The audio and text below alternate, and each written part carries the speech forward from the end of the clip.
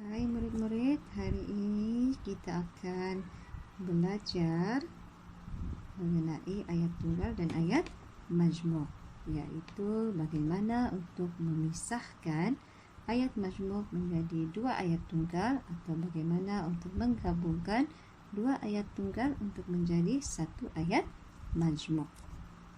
Seperti yang murid-murid telah tahu, ayat majmuk mempunyai kata hubung. Kata hubung ini kita umpamakan sebagai jambatan yang menghubungkan satu ayat tunggal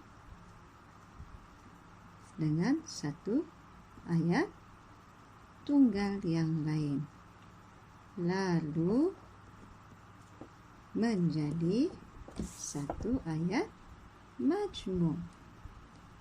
Mari kita lihat buku aktiviti muka surat 16. Oke. Imran bermain sepak takraw. Ini adalah satu ayat tunggal. Faiz bermain sepak takraw. Ini juga satu ayat tunggal. Bagaimana kita mahu menggabungkan dua ayat tunggal ini menjadi satu ayat majmuk? Kita lihat perkataan yang sama dalam ayat ini. Bermain sepak takraw. Kita padam bahagian bawah. Kemudian bagaimana kita gabung? Kita pilih kata hubung yang sesuai. Untuk kedua ayat tunggal ini, kata hubung yang sesuai ialah dan.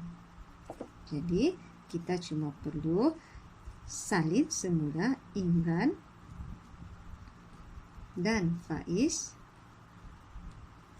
bermain sepak takraw.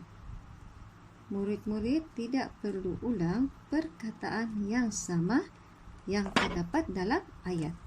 Seperti ini, tidak perlu ulang, hanya tulis sekali. Baiklah, mari kita lihat pula ayat yang kedua.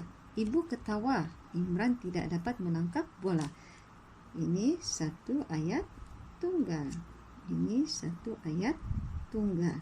Dalam kedua-dua ayat ini tidak ada perkataan yang sama.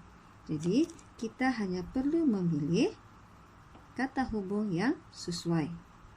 Murid-murid rasa kata hubung apa yang sesuai? Ibu ketawa. Kenapa ibu ketawa? Imran tidak dapat menangkap bola. Jadi kata hubung yang sesuai ialah kerana. Jadi kita tulis di bawah sini, ibu ketawa kerana Imran tidak dapat menangkap bola. Jadi murid-murid mesti ingat, jika hendak menggabungkan dua ayat tunggal menjadi satu ayat majmuk, yang pertama sekali cari perkataan yang sama. Kemudian pangkahkan supaya ketika menulis kita tidak ulang perkataan itu. Yang kedua pula, kita belajar bagaimana mengasingkan satu ayat majmuk kepada dua ayat tunggal. Ini adalah ayat majmuk. Bagaimana kita hendak jadikan dia dua ayat tunggal? Mula-mula kita tengok kata hubung. Kata hubungnya atau. Jadi kita sudah jumpa kata hubung, kita salin dulu perkataan yang ada sebelum dan perkataan yang ada selepas kata hubung. Jadi di sini Imran sebelum, selepasnya adalah Faiz. Kemudian kita hanya perlu menyalin semula ayat selepas itu. Imran yang membaling batu, Faiz yang membaling batu. Ini adalah dua ayat tunggal. Batu pula. Bola. Ini adalah dua ayat tunggal yang apabila kita gabungkan jadi ayat majmuk seperti ini.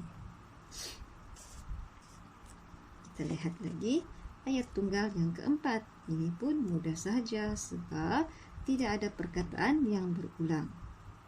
Jadi kita hanya perlu memilih kata hubung yang sesuai. Nenek menjahit. Nenek melihat keluarganya bermain sepak takraw. Nenek melakukan dua perkara dalam masa yang sama. Kata hubung apa yang sesuai? Yang ini cikgu biarkan murid-murid fikir sendiri dan cuba jawab sendiri. Okey, kita jumpa lagi pada kelas yang akan datang.